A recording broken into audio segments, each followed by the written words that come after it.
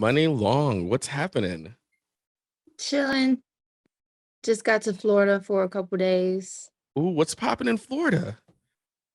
Very boring. Just like Really? nothing. Yeah. Just checking in on one of my properties. Oh, I thought you were out there like doing some shows, performing, writing No. music, something. Very boring domestic stuff. So tell me about Money Long. What is going on? Tell the things. How's life been? Want to hear it all. Life is good. I just finished working on some new music for everybody. Getting ready to shoot some more visuals. Have some really cool collaborations coming out. Lots of fun, interesting things happening. I feel like you've had a really crazy journey. Like you were writing songs and all of a sudden you're putting your own songs out. Um, I want to know why the transition? It wasn't actually a transition. I've always been an artist. I started singing songs on YouTube when I was 15 years old. Um, got signed when I was 19. I only started writing songs so that I could eat, like have Mm. money. So, um, it's interesting because when I was making the switch or like the career move to be a songwriter, everybody was like, "You're not a writer, you're an artist." And then 10 years later, it's like the opposite thing is happening. Why do I feel like people will constantly try to put you in a box? Like whatever they see you as in that moment, that's what you are to them. Would you agree? I mean, it's easier that way, right? You don't have to think Mhm. about it. It's just kind of like, that's a dog, that's a cat, that's red, that's blue. You don't have to think or be creative with your thinking. I will say it took a long time for even myself to like shake the, I guess, standard way of thinking about music and thinking about artistry and what you can and can't do. That stuff sort of gets drilled into your head. But if you think about what happened with my song and my story back in December, I literally had all seven of the things. I mean, I'm sure there's more, but I can name at least seven things that, you know, people in the industry will say, the experts will say are absolute no-nos. Like, don't ever do these things. And I had all of them and I still won, which is crazy. What are some of the things that they tell you not to do? Well, the industry is very ageist, sexist. Um, you know, I am 33. I'm a woman. I'm a Black woman. I'm singing R&B music. I released it in the fourth quarter, which is like no one does that, right? Because it's Christmas and you're never gonna beat Mariah Carey. Hmm. Um, I'm independent, spending my own money. Um, and it's really just like crazy how the business will resist anything that isn't, you know, neatly packaged in the traditional way, which is like, this is how you do it. It's got to be a fast song. Oh, that's the other thing, it was a ballad, you know, it has to be up tempo. Um, you got to release, spring, summer. Um, it just all the things that they say you can't do.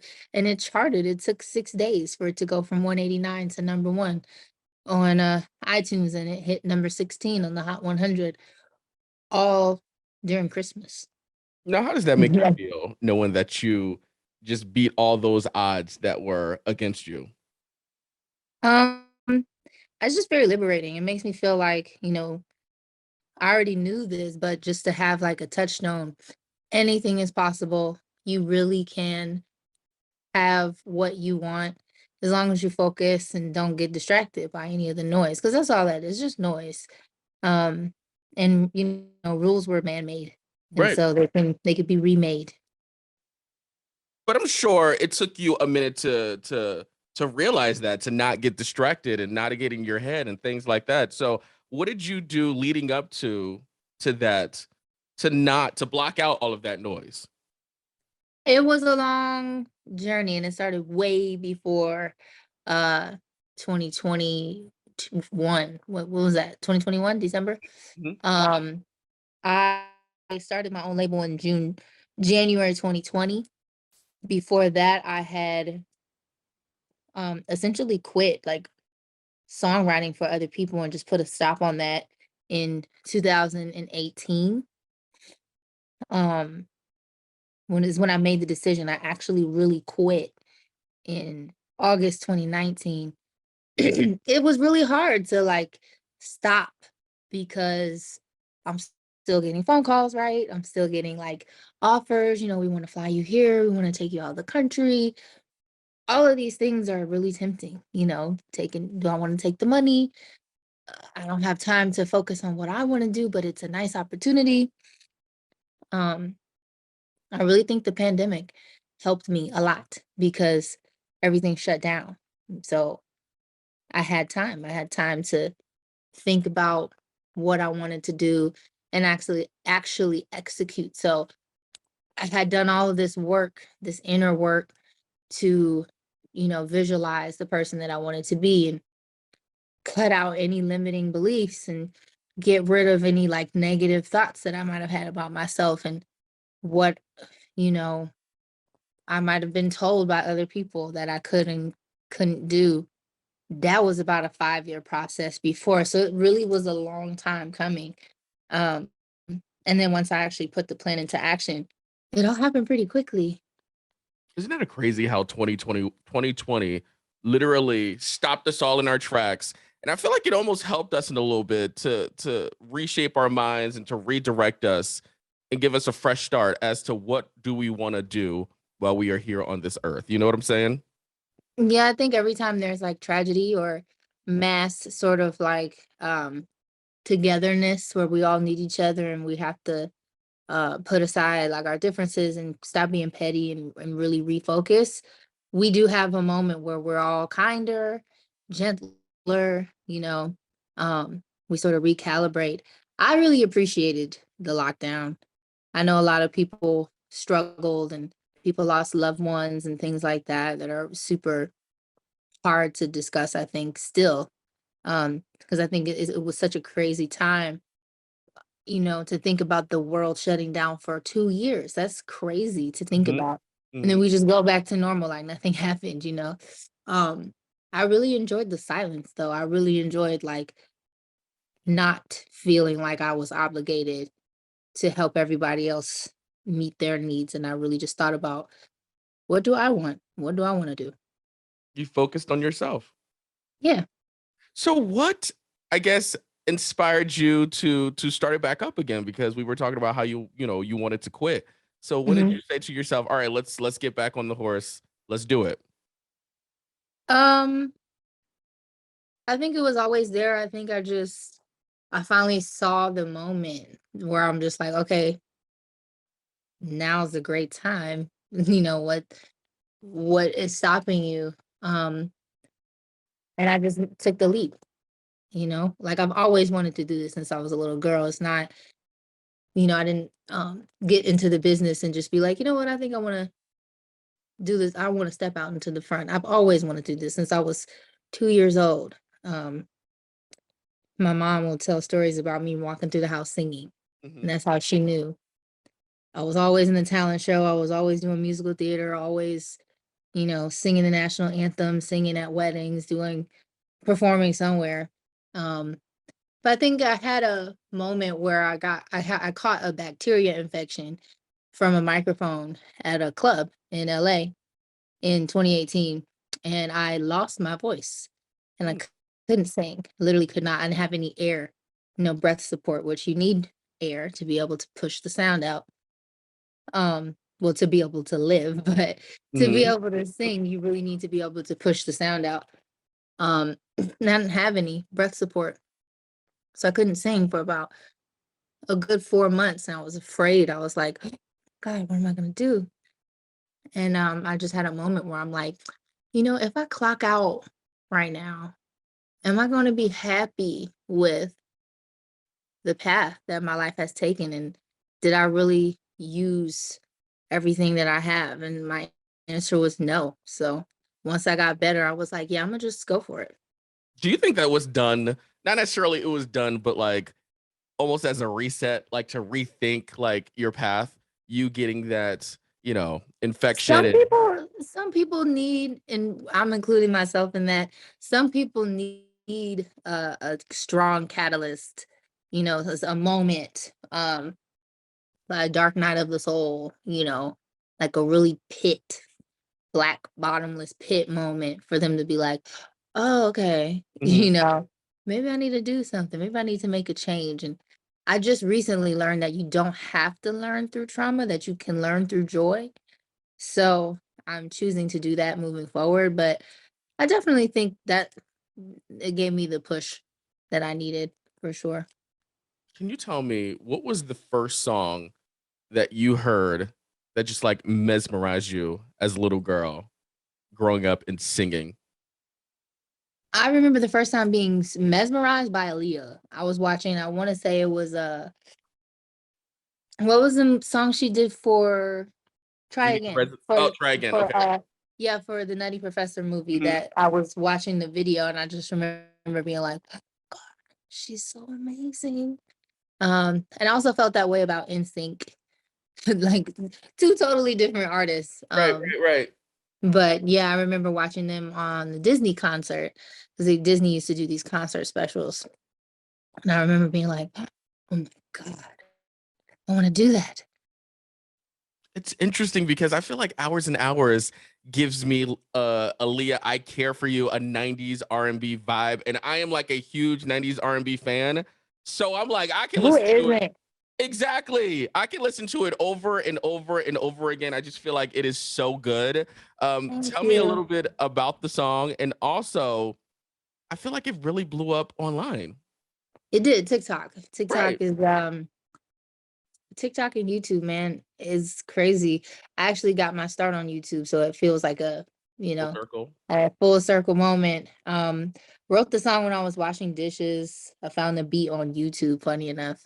Mm. Um, 10 out of 10 do not recommend finding your beats on YouTube. It was like a complete circus, trying to get that song like because it blew up so fast. It's like, normally you have a couple weeks, maybe a month to get the business together. I didn't have that. It took 6 days for the Wow. song to blow up. I put it out. 2 weeks later, it started to catch. 6 days later, it was #1 on iTunes. So literally didn't have time to secure it. It was crazy. But the song is just, I think the reason why the song did so well is because of when I released it, like right after a pandemic when people have been isolated, not able to see loved ones, feeling down, feeling lonely, and there's so much loving energy Mhm. in the Mhm. song, because I believe that when you record, like, the wavelength is just a recording of what happens every day when, somebody tells you, "Oh my god, your outfit is so amazing," or, "Oh, wow, I love your haircut," or, "I love you." You feel it. It makes you feel like, "Oh, thank you," or in same way when somebody says a derogatory thing to you or calls you ugly or says, you sure you want to wear that? Right, You kind right. of like changes. So it's like those frequencies go inside your ear and change your um biological makeup. Like they change you emotionally, change your posture. You either sit up straight or you hunch over. It really affects you. So I believe that is true for music as well. Like my intention when I'm recording has to be very specific. Like, how do I want people to feel when they listen to the music? And I just wanted them to feel loved. So I think that really came across. Like, a lot of the comments would say, I'm not in a relationship, but this song makes me want to be in love, or this song makes me want to call my person. And also because the song isn't gender specific, Mhm. it it had even more of a splash because, especially because people thought that the song was a sapphic love song. And I didn't understand why until people started saying I thought the name of it was Hers and Hers because of the way I spelled it. Right. Even though it's like, did you listen to it? Because I definitely said hours and hours. But no complaints from me either way. I think just the general feeling of love and wanting to be loved and feeling that unconditional, just, you know, intimacy with the person that you're with versus just like, oh my God, I love you so much. Like, that's kind of shallow. And I think the song really gives you a deep perspective, like introspective look into what deep love looks like. You know what's interesting? I was having a conversation with someone yesterday, and I was saying the intent, the way how you record a song is definitely felt on the other receiving end. It's a transfer of energy. So when I hear the Mhm. song, it's literally like my big mama giving me a hug because with the vocal Aw. and the throwback, it just gives me a throwback feel, the beat. I definitely received it, the intent you recording it, if that makes sense. That makes me really happy because it's like when you have an internal thought, like it's not like I was saying this to my team. This is just, what I had in my head. This is how I want people to feel. So when you get that confirmation on the outside, it feels really good. It's like, okay, I'm doing this for the right reason and I'm tapped in. I just need to keep listening. Absolutely. I want to know, what are you working on next? So as I said before, I've just recorded 10 new songs, um, getting some videos shot. I have a lot of really cool collabs coming out. Think a lot of people will be surprised, which I'm really, really excited about too, because it's just like, my history as a songwriter, although it didn't help me, um, like no one really cares about all the stuff that I know for other people. They just know whether or not they like my music. It is helping me with like the relationships that I've had um throughout the years, and a lot of those people who have always been kind to me have reached out and it's like, hey, let's do a song together. So That's so I'm nice. really excited. Yeah, I'm really excited for people to hear that stuff.